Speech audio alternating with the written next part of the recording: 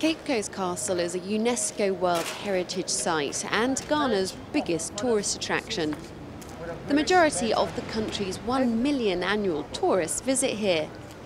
But Ghana's tourism minister says there is still a lot more potential for visitors, and what's needed for Ghana and the continent is a brand overhaul.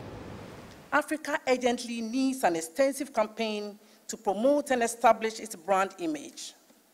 Without improving Africa's brand equity and elevating the tourism image of our respective countries, the continent's tourism potential will not be realized, and developmental efforts will be seriously undermined, essentially because of market ignorance. Other African tourism ministers agree. Along with global experts, they're meeting in Ghana to work out how to boost tourist numbers. $4 billion are spent every day on international tourism. Africa wants a bigger piece of the action. For many years, the narrative of Africa has been negative. This has been promoted in the mindset of many that the continent was a backward, underdeveloped, disease-ridden jungle where if people were not starving, then they were busy killing each other in tribal wars. Africa has great potential, and Africa has a lot going for it. Nature, culture, animals, great food, friendly people. Indeed, our continent has many positive selling points. We must work to change this narrative. Over the past decade, tourist numbers across Africa have doubled. Now, more than 50 million tourists head to the continent each year.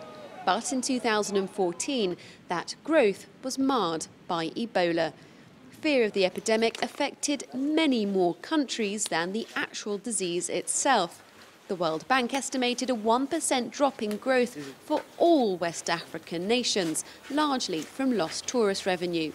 Experts say too many people still see Africa as a country, not a large, diverse continent. As the fear of Ebola subsides, African governments hope that tourism won't just pick up again, but grow.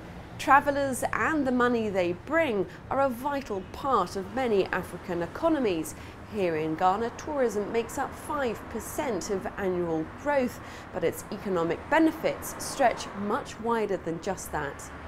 It's the bigger story that I ask you to look at. It's the jobs that are being created. 1 out of 11 jobs all over the world are created by the travel and tourism industry.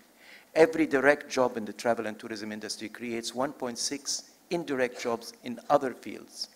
This is a tremendous people's industry, work intensive. It's jobs where people need them. It's jobs that come to you, not jobs that can be taken away from you. It's jobs for young people for first entry to the labor market. This is a powerful industry if we use it right, if we manage it right. By the end of this 3-day meeting, it's hoped there will be a concrete plan on how to best market sites like Cape Coast to tourists and make Africa the continent for your next holiday. Katerina Vittozi, CCTV, Accra, Ghana.